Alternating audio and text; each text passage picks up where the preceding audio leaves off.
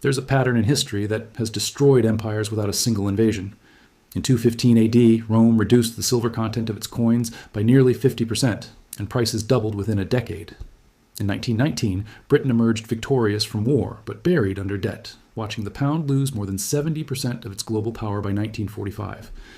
In 1989, the Soviet Union was still armed with nuclear weapons, but its economy collapsed in less than 3 years when the state could no longer finance itself. Different centuries, different systems, same ending. And right now, in 2025, the world's largest economy is following the exact same sequence, quietly, methodically, mathematically. Here's what should terrify you. This time, the system doesn't just take land or labor. It takes your savings, your retirement, your future purchasing power. Hidden inside balance sheets, pensions, and bonds is the $38 trillion secret, how your savings are funding government survival. This is the story of how governments survive when they're out of money, why citizens always pay the price, and why history says we're much further along than anyone wants to admit. Before we go through these examples, you need to understand what this mechanism actually means. Not in textbooks, in practice. This isn't just about government debt or abstract numbers on a screen. It's about how states fund themselves when taxation reaches its limit and collapse becomes politically unacceptable. At first, everything looks stable. Markets function. Payments clear. Salaries arrive on time. But underneath that surface, the system quietly changes. Governments stop borrowing from the future and start borrowing from the present, from institutions, from banks, from pensions, from savings that were never meant to become lifelines. Here's what people don't understand. When this process begins, it doesn't feel like confiscation. It feels like policy. It's not framed as taking, it's framed as stability, support, emergency response. But once the mechanism is in place, it becomes permanent. This isn't about mismanagement, it's about survival. When expenditures exceed revenues year after year, leaders face a mathematical wall. They either default openly or extract quietly. History shows which option they always choose. That's not theoretical. That's documented history. Rome didn't collapse because it ran out of gold. Britain didn't decline because it lost intelligence. The Soviet Union didn't fall because it lacked weapons. They collapsed because the system designed to keep them alive began feeding on itself. Let me show you how it happened 3 times before, why it followed the same sequence every time, and why that sequence is appearing again right now. Let's start with the Roman Empire. By the year 117 AD, Rome controlled nearly 5 million square kilometers of territory and governed more than 60 million people. It was the most powerful economic and military system the world had ever seen. Roads stretched over 400,000 kilometers. Trade moved from Britain to Egypt. Taxes flowed in gold and silver, and for 2 centuries, the system worked. But by 180 AD, the math began to change. The empire's costs were exploding. Standing armies grew from 25 legions under Augustus to more than 33 legions by the reign of Marcus Aurelius. Each legion required pay, food, land grants, and pensions. By 193 AD, military wages had doubled. Revenues did not. At first, Rome did what every government does. It borrowed. It raised taxes. It seized estates. But by the reign of Emperor Septimius Severus in 193 AD, even that wasn't enough. Severus increased soldiers' pay by 50% while expanding the army further. The treasury couldn't support it. This is where the pattern truly begins. In 201 AD, Rome quietly changed its money. The denarius, once nearly pure silver at 98% under Augustus, had already fallen to around 80% by 180 AD. Under Severus, it dropped to roughly 60%. Same coin, same face, less value. At first, people didn't notice. Trade continued. Soldiers accepted their pay, markets functioned, but prices began to rise. A modius of wheat that cost half a denarius in 150 AD cost nearly 1 denarius by 200 AD. The cause was simple. More coins were entering circulation, but less silver backed each one. The effect was inevitable. Purchasing power declined. By 215 AD, Emperor Caracalla accelerated the process. He introduced a new coin, the Antoninianus, officially valued at 2 denarii but containing only about 1.5 denarii worth of silver. Overnight, Rome created money without creating value. But here's the critical detail. This wasn't recklessness. It was survival. Rome needed to pay 400,000 soldiers immediately. Taxes couldn't cover it. Gold reserves were shrinking. Debasement was the only option left. By 235 AD, the empire entered the crisis of the 3rd century. In just 50 years, Rome would see 26 different emperors. Most died violently. Civil wars erupted, trade collapsed, and the money kept getting worse. By 250 AD, silver content in Roman coins had fallen below 40%. By 270 AD, under Emperor Aurelian, it dropped below 5%. Some coins contain less than 2% silver, the rest bronze coated with a thin wash to hide the truth. People noticed. Merchants refused coins. Soldiers demanded payment in goods. Barter returned. Prices exploded. A cloak that cost 1,000 denarii in 200 AD cost more than 100,000 denarii by 300 AD. This is where it gets darker. To force acceptance, the state intervened. In 301 AD, Emperor Diocletian issued the edict on maximum prices. It fixed prices for over 1,000 goods and services. Violators faced death. The policy failed within months. Goods vanished from markets entirely. The cause was monetary collapse. The effect was authoritarian control. At the same time, taxes were no longer collected in money. They were collected in grain, labor, and goods. Farmers were tied to their land. Professions became hereditary. Economic freedom disappeared because the state could no longer rely on currency. By 312 AD, Constantine tried to stabilize the system by introducing the solidus, a high-purity gold coin. It worked partially, but only for elites. Ordinary citizens were paid in debased copper while taxes were demanded in gold. The system had split. By 400 AD, Rome still existed politically, but economically it was hollow. Trade networks had collapsed. Urban populations shrank by more than 60%. The Western Roman Empire officially fell in 476 AD, but the economic collapse had already happened generations earlier. Here's the lesson people miss. Rome didn't fall because barbarians were strong. It fell because the state outgrew its productive base. When revenue failed, it turned to the currency. When the currency failed, it turned to control. When control failed, the system fractured. That's what this mechanism looks like in practice. A government funding survival by quietly extracting value from its own citizens. Not all at once, gradually, then suddenly. And Rome was only the first time history ran this experiment. Let's jump forward more than 1,700 years. The British Empire. In 1913, Britain controlled nearly a quarter of the world's land and governed over 400 million people. London was the financial capital of the world. The pound sterling backed global trade. British debt stood at a manageable 25% of GDP. The system was stable, confident, untouchable. Then came 1914. By the end of World War I, in 1918, Britain's national debt had exploded to more than 135% of GDP. In today's terms, that was over $7 trillion. The country owed massive sums to the United States. Interest alone consumed more than 40% of government revenue by 1920. Just like Rome, Britain first tried tradition. Taxes rose sharply. Income tax increased from 6% in 1914 to 30% by 1918. Wealth taxes followed. It wasn't enough. So Britain turned to finance. In 1925, Chancellor Winston Churchill returned the pound to the gold standard at its pre-war value. It was meant to signal strength. Instead, it crushed British industry. Exports collapsed. Unemployment exceeded 10% by 1926. Sound familiar? The same mistake that destroyed Rome's productive base was repeating. By 1931, the pressure was unbearable. Britain abandoned the gold standard entirely. The pound fell by nearly 30% in months. Savings lost value overnight, but the state gained flexibility. Debt became easier to manage. Inflation became policy. This is where the pattern locks in. During World War II, Britain borrowed at an unprecedented scale. By 1945, debt reached 250% of GDP. That was higher than during the Napoleonic Wars. Servicing that debt openly was impossible. So Britain did what Rome did. It changed the rules.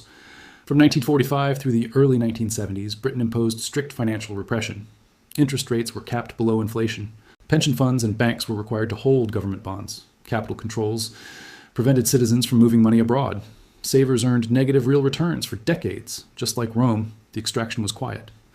Between 1945 and 1970, inflation averaged nearly 6% per year, while bond yields stayed below 4%. The difference erased more than half the real value of Britain's war debt. It also erased half the purchasing power of private savings. Notice the pattern. Just like Rome debased silver, Britain debased purchasing power. By 1950, Britain still had an empire on paper, but economically, it was shrinking fast. Industrial output fell behind the United States and Germany. Sterling crises hit in 1949, 1967, and again in the 1970s. Each devaluation transferred more wealth from savers to the state. In 1967, the pound was officially devalued by 14% overnight. Prime Minister Harold Wilson promised it wouldn't affect the pound in your pocket. It did, immediately. By 1976, Britain required an IMF bailout. The empire was gone. The system that once funded global dominance had consumed domestic wealth instead. Different century, different currency, identical collapse. Just like Rome, Britain didn't fall because of military defeat. It fell because debt overwhelmed productivity. When taxes failed, savings were conscripted. When savings ran out, influence disappeared. History was repeating itself, and it wasn't done yet. Now, let's look at the most recent example. One you probably remember, the Soviet Union. In 1970, the USSR controlled 15 republics, commanded the largest land army on Earth, and governed nearly 290 million people. It wasn't poor, it was mispriced. Oil exports, gas pipelines, and centralized planning funded a system that looked stable from the outside. But underneath, the math was already breaking. By 1975, more than 60% of Soviet industrial output was tied directly to the military. Civilian productivity lagged badly. Agriculture required massive imports. In 1977 alone, the Soviet Union imported over 15 million tons of grain from the United States and Canada. That wasn't ideology failing. That was an economic system eating more than it produced. At first, the state covered the gap quietly. Throughout the 1970s, the government used captive savings. Citizens had no alternative banks, no foreign assets, no free pricing. Deposits paid interest rates far below inflation, just like Britain, just like Rome. The state financed itself through forced participation.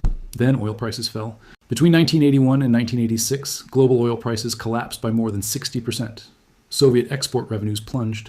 In 1985 alone, hard currency earnings dropped by nearly $20 billion. The cause was external. The effect was internal crisis. This is where it accelerates. By 1986, the USSR began running chronic budget deficits. By 1988, shortages were everywhere. By 1989, the government printed money aggressively to maintain wages and subsidies. Inflation surged, even though official statistics denied it. In January 1991, prices were partially liberalized. Within months, consumer prices rose more than 140%. Savings evaporated. Trust collapsed. Here's what should really concern you. Rome took centuries. Britain took decades. The Soviet Union took less than 5 years. By August 1991, the state could no longer fund itself. A failed coup exposed the weakness. By December 26, 1991, the Soviet Union officially dissolved. 15 republics gone. An empire collapsed without invasion. 3 times, 3 systems, same sequence. When the state survives by consuming internal savings, the end comes faster each time. And now, that brings us to the present. And here's what should terrify you. The United States is following the exact same pattern, stage by stage. At first glance, it doesn't look like Rome, Britain, or the Soviet Union. Markets are open, stores are stocked, the dollar still dominates global trade. But that's exactly how it always looks at this stage. Stage 1 is explosive debt growth driven by permanent obligations. In 2000, total U.S. federal debt stood at roughly $5.7 trillion by 2008. It was $10 trillion by 2020. It crossed $23 trillion. By late 2024, it moved past $34 trillion. In 2025, projections point toward $36 trillion and rising. The cause is structural spending on defense, healthcare, pensions, and interest. The effect is a system that cannot shrink. Check. Stage 2 is the exhaustion of taxation as a solution.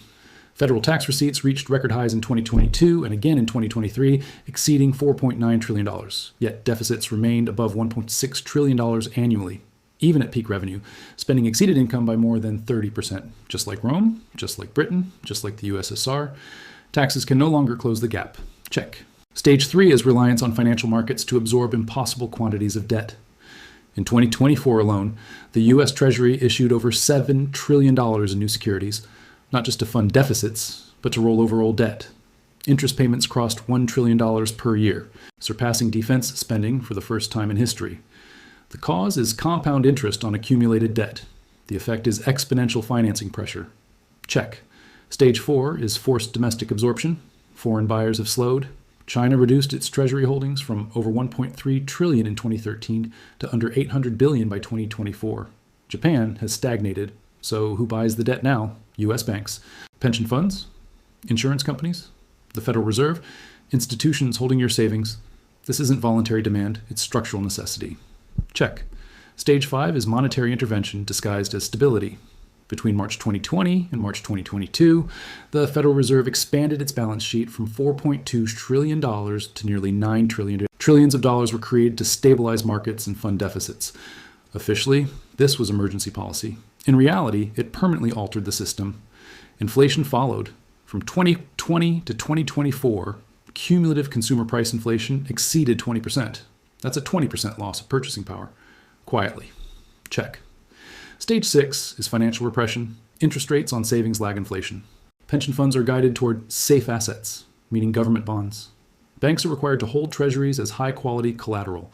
Capital rules ensure demand exists whether returns are positive or not, just like Britain after 1945. Your savings are the buyer of last resort. Check. Stage 7 is external confidence erosion. In August 2021, the U.S. withdrew from Afghanistan after 20 years and over $2 trillion spent. In 2023 and 2024, BRICS nations openly discussed reducing dollar dependence and trade settlement. In 2024, multiple energy deals were settled outside the dollar system. These aren't collapses, they're signals, just like Britain's sterling crises. Check. Here's the critical detail. None of this requires malice, it only requires math. When deficits persist, bonds must be issued. When bonds must be sold, buyers must be found. When voluntary buyers disappear, captive buyers are created. That's the role of banks, pensions, and savings-linked institutions. You don't see it leaving your account. You see it as lower returns, higher prices, longer working lives, reduced purchasing power. This is the same mechanism Rome used when silver ran out, the same mechanism Britain used when taxes failed, the same mechanism the Soviet Union used before the system snapped. We're not approaching the pattern. We're deep inside it. Based on historical sequencing, the United States is between stages 6 and 7. The next stage is acceleration. More issuance, more intervention, tighter controls, less optionality. Stage 8, historically, is loss of confidence. That doesn't mean collapse tomorrow.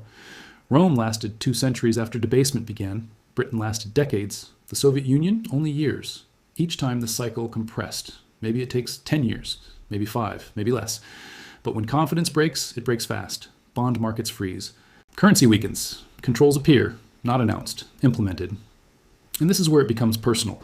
Your savings are not sitting idle. They're being used. Your pension is not neutral. It's a funding mechanism. Your currency is not stable. It's a tool. When inflation runs above yields, you pay the difference. When bonds roll over, you provide liquidity. When the system survives another year, it does so using your purchasing power. That's the secret. Not hidden, not illegal. Documented, repeated, predictable. And history is very clear about what comes next.